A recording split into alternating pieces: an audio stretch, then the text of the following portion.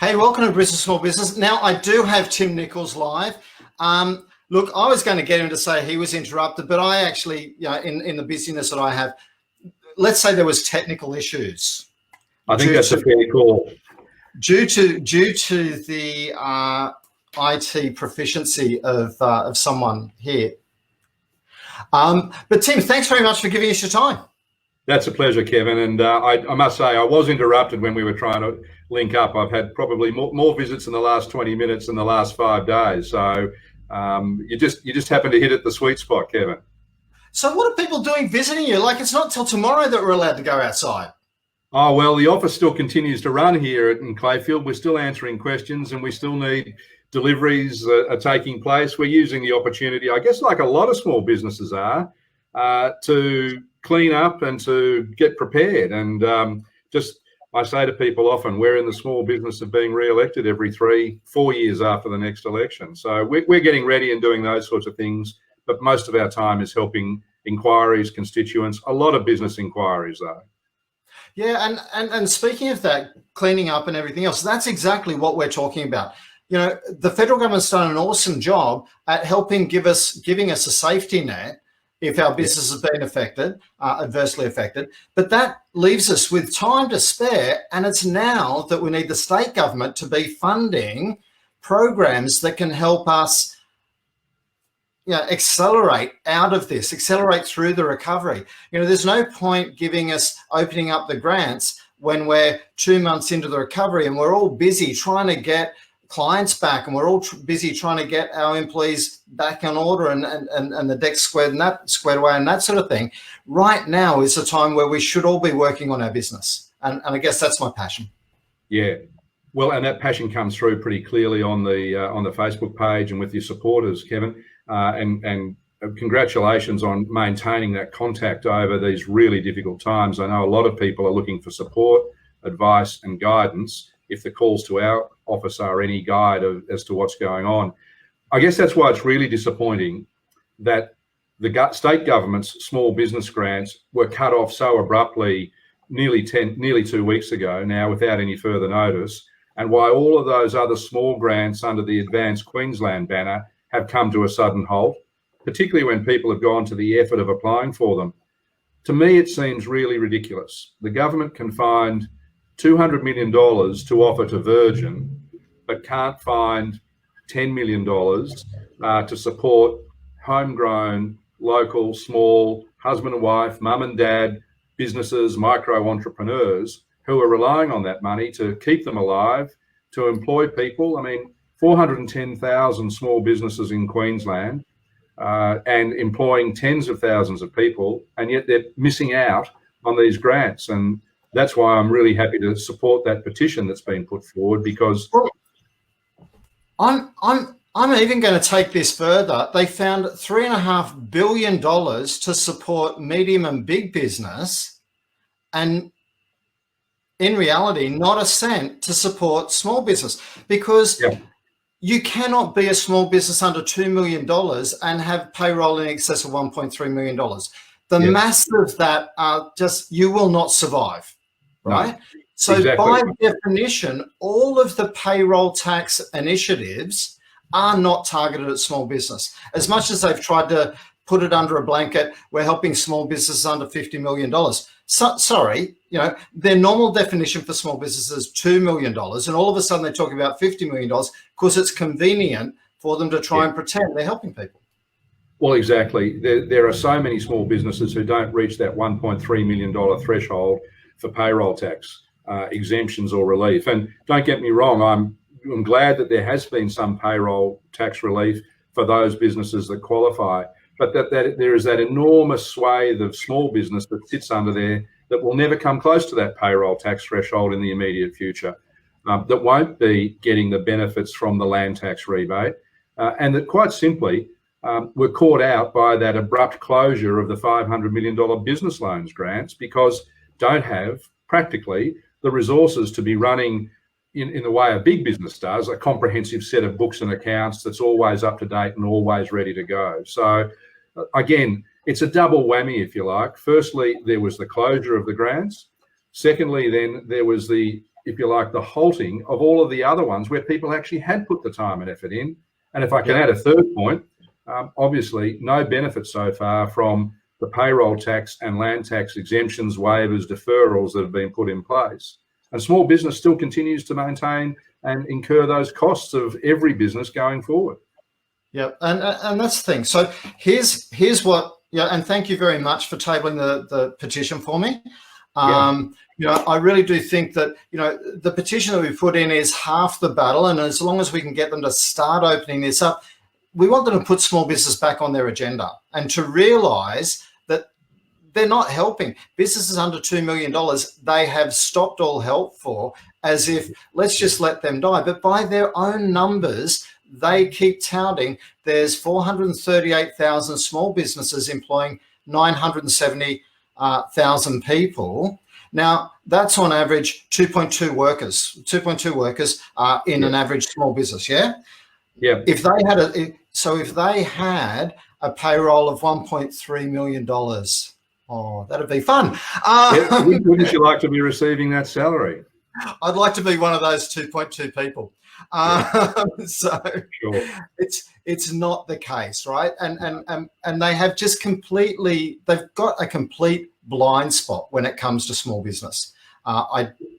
They're absolutely dropping the ball. Other states, New South Wales and Victoria, actually have a small business grants program that has been put into place to help small and micro businesses that don't qualify otherwise. The business grants program or the business loans program, and remember they're loans, so irrespective of low interest or no interest and deferrals, they will still have to be paid back. There's an expectation that occur. This government here in Queensland hasn't supported small business in the same way, and that's why I would urge everyone to get online and to put your name on that petition, because governments can start reacting to it. We saw it recently with the residential tenancies legislation. If enough people get online, if they say, hey, this is hurting us, it's hurting jobs, it's hurting the economy, and we are the forgotten voice, then perhaps we can get some action from government. They'll revisit it and reopen at least those grants that they closed off so abruptly, and also give consideration to creating some funding for businesses into the future. Yeah, and to me, it's an absolute minimum requirement to reopen those grants.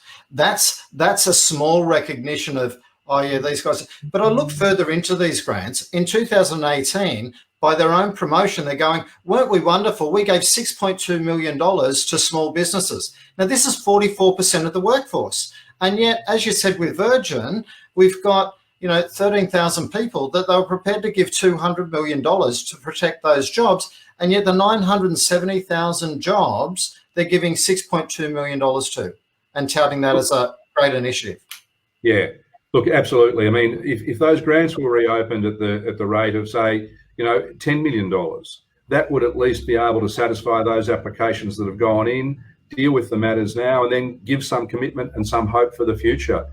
In the scheme of a budget, I want to encourage you to take it further.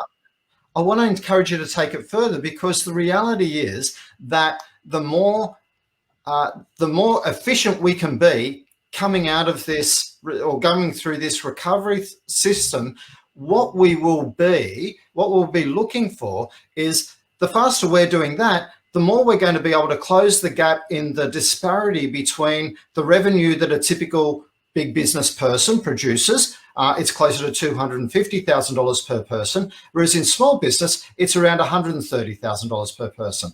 The more efficient we can be through the initiatives like this, like the digital grant or like the services that were provided under the Entrepreneurs Grant, the more we're going to be able to close that gap, which is actually going to create more revenue that people are paying GST on, that'll give more money back to the government. And they're completely missing that point. We want to make sure that businesses are in as strong a position as they possibly can be coming out of this virus, when the restrictions under the health and medical advice are finally lifted. And we want them to be efficient. There's only so much you can do, as we've been talking about earlier on, in terms of preparing and getting ready. You need the funds to be able to then have that initial spurt, if you like, when things become easier, when the restrictions are eased and we can get back out the other side. I don't think we're going to have a sudden snap back to the way we were. We're going to need a lot of hard work. It's going to take time, effort and investment. And the government certainly has a role to play, and making these grants available and making more grants available for small businesses makes a lot of sense in supporting that sector. The government can't do it all, nor should it. We need the private sector. We need the entrepreneurs, the innovators, the mums and dads, the people who take a risk, put it on the line, come up with new ideas. We need them active in the community. I'm passionate about this. I come from a small business family, and we need them to do it. You know, they're the people who push the boundaries. If we wait for the state government to do it, we'll be here until 2024. We need it to happen now. Shouldn't there be a new state government next? Well, I won't say that. So, look, I really do appreciate your time. I can see your passion in this. I know that, and we're going to continue this conversation. Yeah. I'm going to even encourage you to join the Facebook group if you're not already a member of it. I know some other people are, like Trevor Evans is already a member of our Facebook. If Trevor joins, it's good enough for me. I'll put my name down. But I've been looking at it, and I'll certainly join. It's certainly, I think, you know, such nearly 9,000 followers on the page and so on, and it's a great way to take the pulse of what's going on. I mean, so I'm very happy to do that. Happy to have a chat with people if people have got queries about other things too, Kevin, that might be coming up. We're answering a lot of questions from businesses about what they can and can't do. So if we can assist businesses in that respect, we're very, very happy to help. And if we can't, we'll try and direct you in the right direction. And as you contacted me, something that was brought to my attention, we can get onto it and start making a bit of a cause and get some change. Absolutely. No, look, I really do appreciate your time today. As I said, I promise to continue this conversation with you. Any support that we can be as a small business community to help you get this across the line, we're there. You know, sign the petition. That's the best thing. Sign, spread, and share it. So, and we'll be doing our best to make sure it goes out through our Facebook pages, our community organisations, and those sorts of things as well, because just so critical that we look after this sector of the economy and the business community. Yeah, I had a look a little while before we came on. We had about 100 signatures already. Hey, that's a good start, but it's really only scratching the tip of the iceberg. We do have 438,000 small businesses in Queensland. I'm sharing, one of the things I'm so busy about doing is actually, you know, tagging, you know, colleagues, small business colleagues, right throughout the state in this, so that we can start getting that really going viral very, very quickly. We'll be doing the same thing, Kevin, and congratulations on taking the initiative on this. And your members are really, I think, well served in that sense. No, thank you very much, Tim. I really appreciate your time, and I'm sorry for the stuff up before. Hey, no problem, mate. That's what we're used to in small business, isn't it? Look, we're doing the best we can with what we've got, you know. a mighty effort, aren't we all? And yeah, as I say, anyone who's got any issues, please don't hesitate through Kevin or directly to us via our email. We're ready to help. Thanks, and thank you very much for your time. See you later. Cheers, mate.